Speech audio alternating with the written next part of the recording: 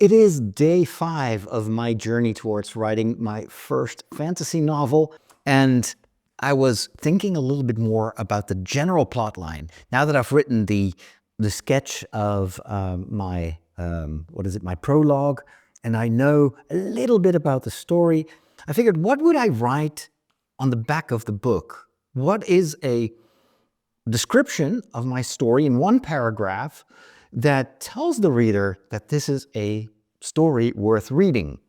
And so I started typing and thinking of, what would I like to read if I were to pick up this book in a bookstore or at a library. And so I started with the main protagonist, and I didn't have a name, but when I was starting to type, it just appeared. It's going to be Timothy or Tim. And Tim, at first, I thought he's just a generic young man who lives in the Middle Ages in this magical version of Ireland, and then he gets sucked into a story. But then I was like, you know what, that's a bit too much. That's too complicated to tell on the back of a book. I need to make sure in a few sentences that this is about there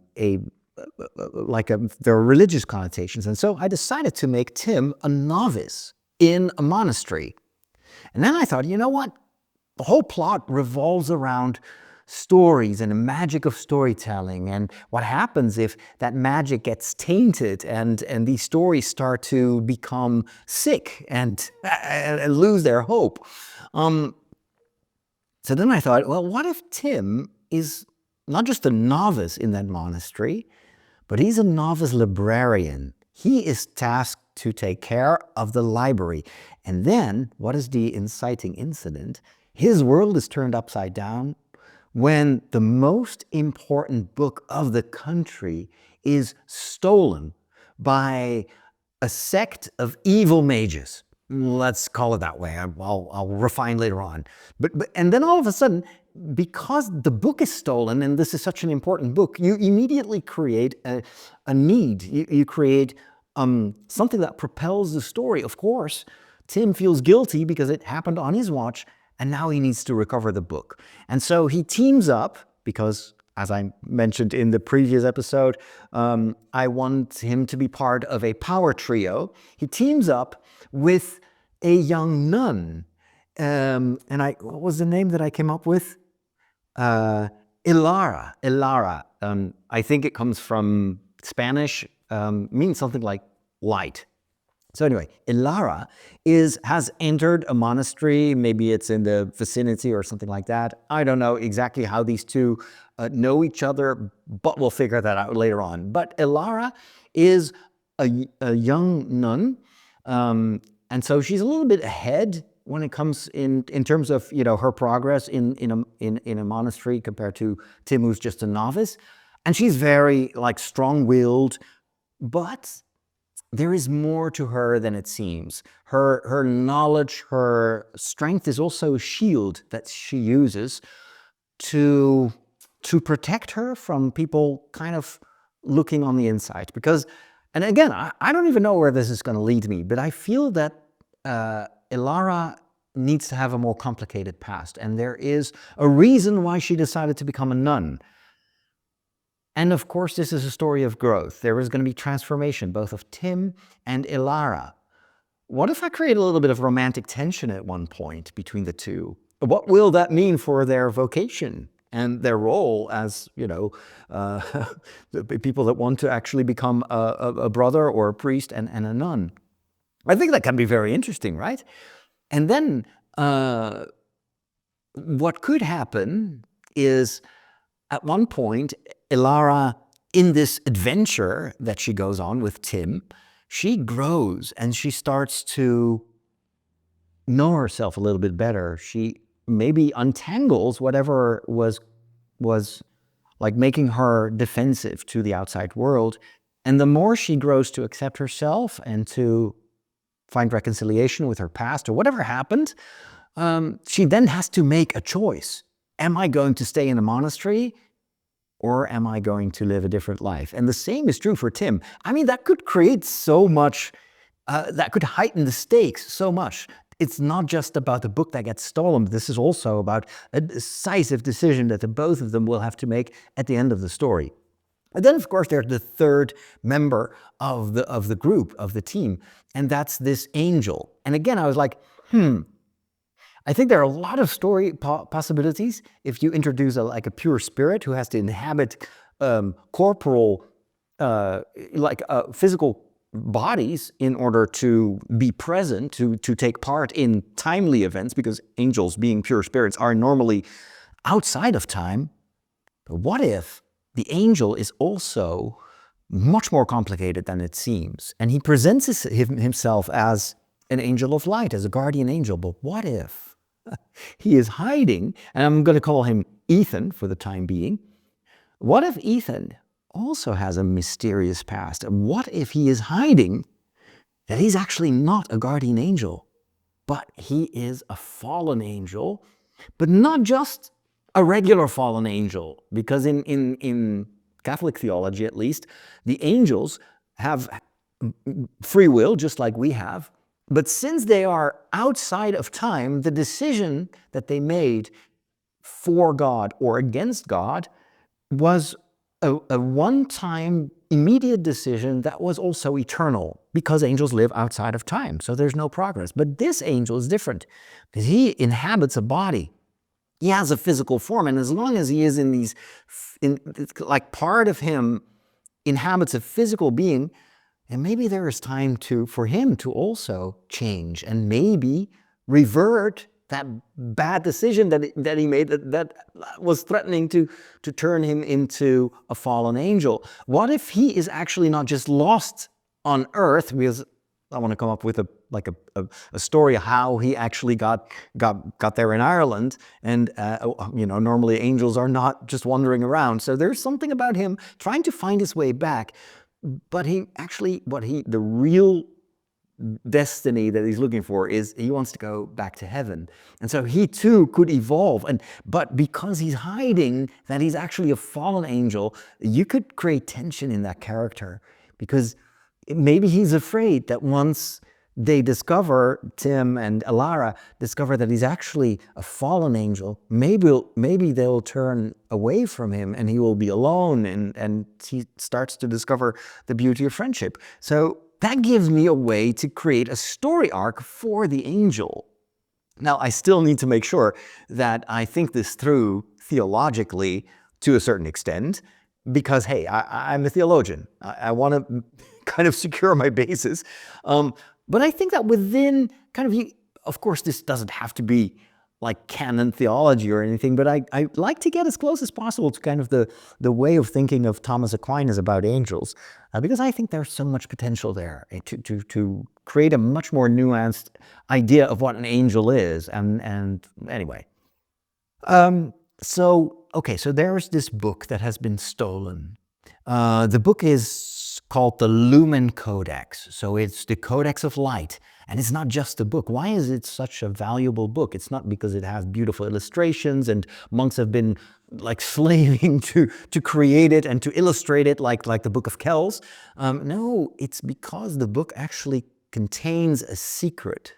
And it's the secret to storytelling magic. Because remember, this is not just regular medieval Ireland. This is the magical medieval Ireland. So what if that book contains a key to storytelling magic?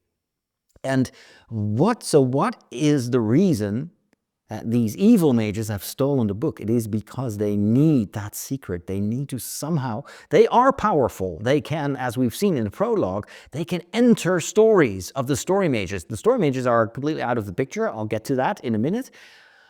So they know how to impact the stories, but they can only make like small temporary changes to the story. But what they actually want to do is to change storytelling in general. They want to know how to take away the hope from stories. And their rationale is, this is a good thing because, as I explained before, then people will not be passive passively reading stories and they won't be mesmerized by these fairy tales. No, they will take charge of their own destiny and they will develop their potential, etc. It's this whole mindset of you need to put people to the test so that they develop strength and they become, they have more agency, basically. The thing is, of course, agency without hope leads to more destruction. Anyway, but that's the kind of the bigger outline. So how is this going to tie in with the prologue that I've already written? What if Tim and Elara are going on a journey? They're trying to find that book. They also try to follow the traces of the antagonist, like the low-level antagonist, who has maybe stolen the book or was part of the plot to steal the book. So they need to recover the book. But on their journey, they encounter the story mage that we encountered in the prologue. So it's this older mage who has this magical ability to stop time or to put time on hold and to suck people in a story. And he's one of the many story mages that is sent out to nourish people with hope and to embolden them, give them creative ideas, etc., etc. There's a whole ministry of these story mages. So he encounters this story mage, but because of the attack by the antagonist, this elderly story mage is now terminally ill. And so he is functioning a little bit like Obi-Wan Kenobi in A New Hope. He is helping Elara and Tim. Maybe he will at first not tell them that he is terminally ill, but at one point, of course, the truth comes out and he is about to die. And that is when he tells them another secret.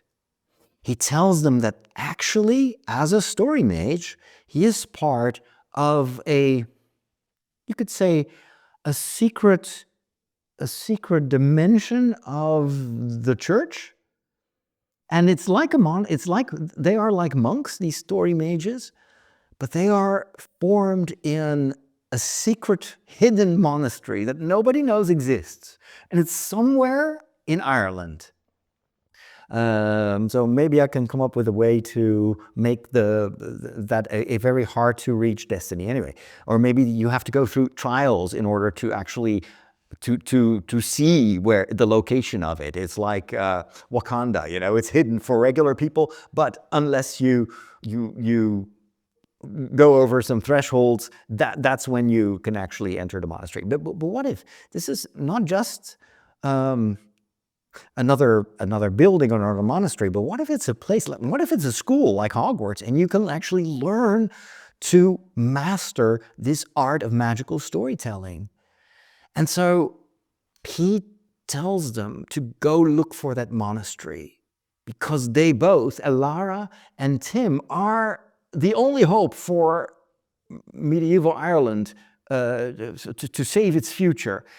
Because in order to not only recover the book, but to be able to defeat the evil mages, they themselves need magical powers. They need to harness the magic of storytelling so that they can resist this nefarious influence that these evil mages have on stories. And maybe part of the fights will take place inside the stories. I don't know. I'm still but it's coming together. And that's kind of what I wanted to share with you, is literally the plot thickens. It's already so much more interesting now than it was a few days ago.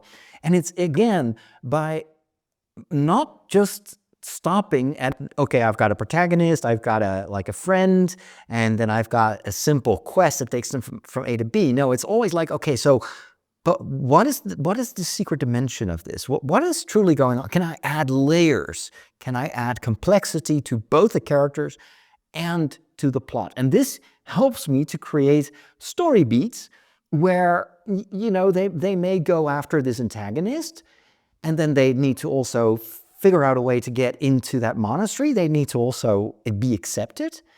Then they need to start learning and practicing this new magic of storytelling. And then, of course, you've the antagonists are not sitting still. They are going to try to continue to corrupt the hope that these story mages bring. And so at one point, I think the situation needs to be reversed, and then the conflict widens, and it becomes all of a sudden like very essential that both Tim and Alara go out and find the book before it's too late, because this corruption of the stories is like cancer. It keeps growing. Once these mages insert evil and hopelessness into the stories, it never leaves unless these good story mages go and repair the damage, something like that. And so, of course, then you have this ultimate confrontation, and we discover that actually the antagonist, and maybe I'll tell his story also, kind of intertwined with the story of Tim and Alara. It depends on that kind of, do I want multiple point of views, or do I want like an omniscient storyteller who actually can help you go from the story of Tim and Alara to the story of the antagonist? I don't have a name for him yet. This is kind of what Star Wars does, right? Star Wars does not just follow Luke, but you get to see multiple points of view. And in Empire Strikes Back, same thing. You follow Han and Leia, and then you've got Luke on Dagobah. And I like that because it enables me as a storyteller to broaden the world. I'm not like constantly looking over the shoulder of my main protagonist as if I'm playing a first-person shooter or something like that. But it's also a bit of a risk, because it's a tricky thing, I think, to have multiple points of view. But anyway, I'll just go where my intuition brings me. But I really like this. I feel like I'm onto something. It's almost as if the story is even cooler than I thought yesterday. So again, it's like the magic of storytelling in my story. It's real magic. I don't know how I come up with this and where it comes from, but I love it.